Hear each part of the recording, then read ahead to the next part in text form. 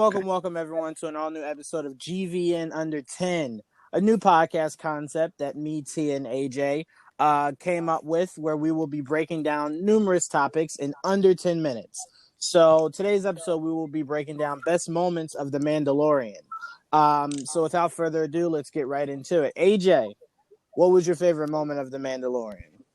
Right, so my favorite moment for The Mandalorian was the first action sequence with IG-11 and Jaren. The reason why I chose this one is because the chemistry between the two I thought was incredible. When IG-11 talked about him self-destructing and Jaren didn't want him to self-destruct every single time. I just thought it was hilarious. The score was beautiful. It was well done. The action choreography was well done. So I'm choosing IG-11 and The Mandalorian's first action sequence. Sounds good. That's definitely a really good one. Tia, what are you going with for your best moment of The Mandalorian?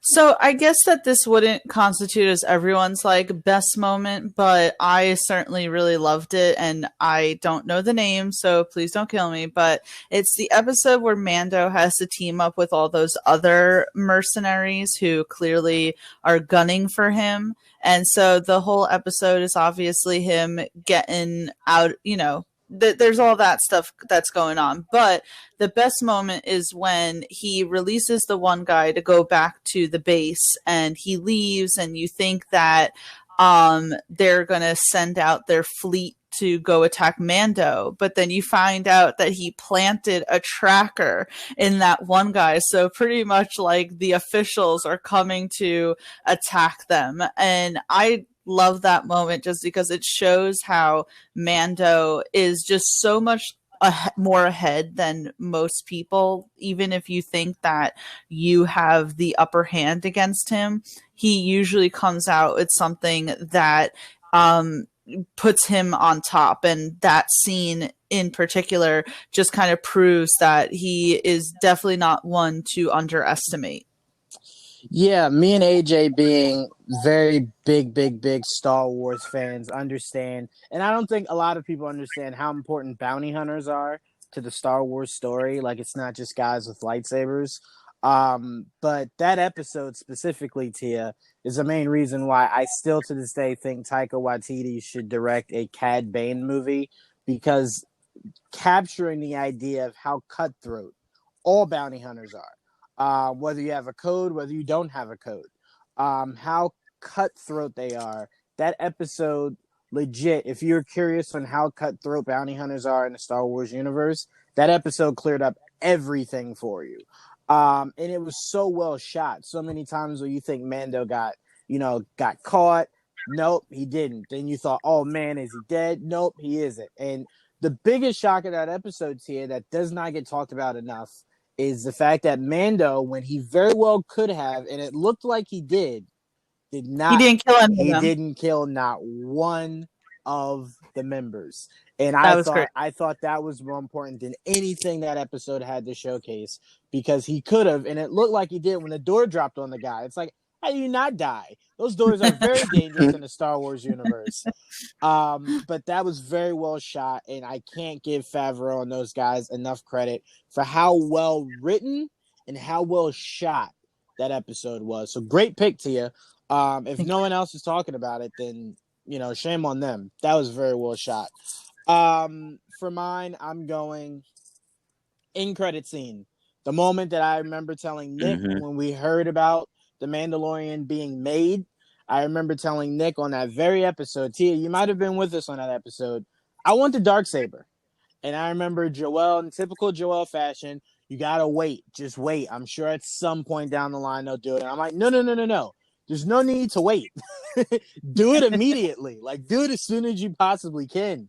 And me not thinking that, that need would be filled, Jon Favreau, in great fashion, gives it to us in the very last scene of the very last episode of the season, where we see the introduction of the Darksaber.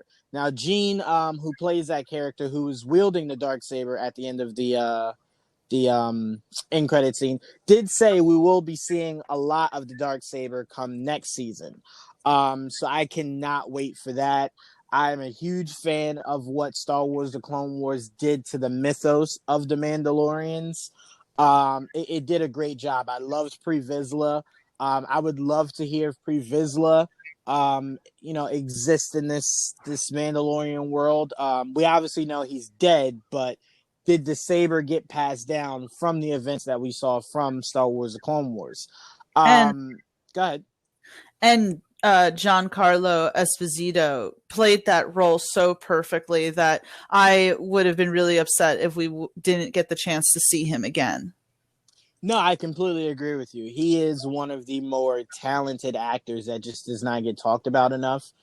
He's like a Jeffrey Wright to me. There's very few things he can't do.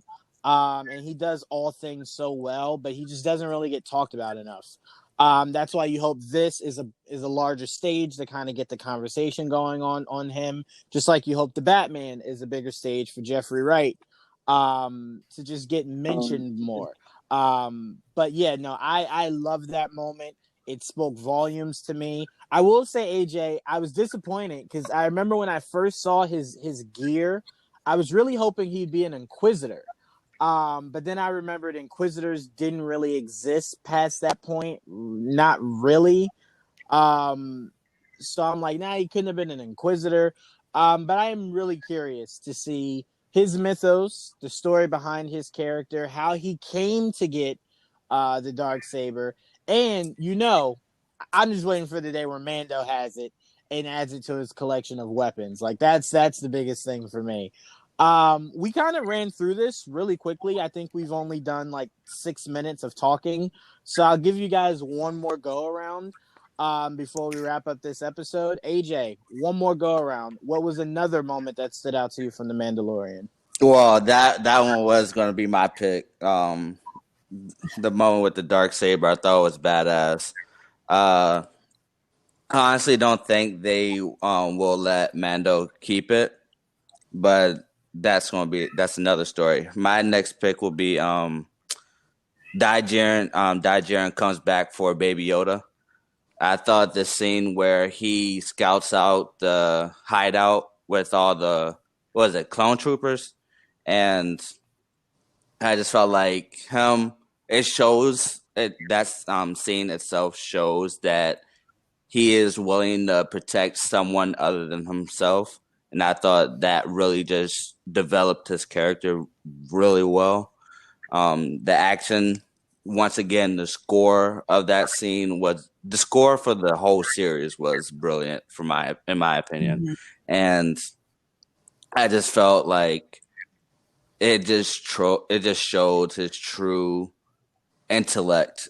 Just like what Tia said with the mercenary in the episode with the mercenaries, and I just felt like this just showed even more of his skills as a Mandalorian, and I just love this scene as a whole, not just from a action standpoint, but as a character development standpoint. Yeah, what I love most about that was the one shot of the action sequence of that whole scene. What was most important to me about that was this show always felt, and we heard mentions that it was a big draw from, but this always felt like a Western to me. And nothing about this show felt more like a Western than that whole one shot of a sequence that they had with him going in to rescue Baby Yoda. I felt that was the biggest Western moment. That in the first episode. The last scene of the first episode. No, I wouldn't say the last scene. I'd say the opening scene was more of a Western, where the cowboy comes into the saloon or whatever it's called. Yeah. Wants his beer, but a guy's drunk and is causing trouble, and he whoops his ass and then grabs his guy or whatever. Like that felt like a true Western. The beginning of the first episode. It's the timing of the whole episode for me. Is what just made it feel more of a Western than anything else. Yeah. Where the IG-11 just walking down the deserted place, and and then everybody just starts to come out, and then you just see weapon, and then he just shoots. I was like, yes, that is it right there. And I just immediately fell in love with the show. Yeah, no, 100%, 100%. Tia, what are you going with for your second up? I'm going to go with the Lady Mando, which forgive me that I should have done more research here, but the Lady Mando at the end of the season fighting against all those other. Yes. That was fantastic to me because I, in general, love the interactions between, no, not Cara Dune. I'm sorry. Lady Mando, the one with like the little spikes on her helmet and everything. The one who always like did the armor and stuff. Oh, the armorer. Okay. Yeah. Yeah. Yeah. I always love the interactions between her and Mando. And then when we got to see her fight, it was so well choreographed. It was really just an awesome display of the Mandalorians in general and just kind of explored her mythos a little bit further. And the one scene where she literally threw that guy into like the melting pot, I just still was like, I had to go back and look at that because I was watching it and I was like, did she just throw that guy in there? And he just like, and then I had to go back and I was like, wow, she just threw that guy in there. And it was so awesome because of her just previous before that, when Mando said like, hey, come with us. And she was like, no, my place is here. And you think that's going to be the end of it. That's all you're going to see of her. It's like, nope, she gave one kick-ass little performance. And that was just really cool to me.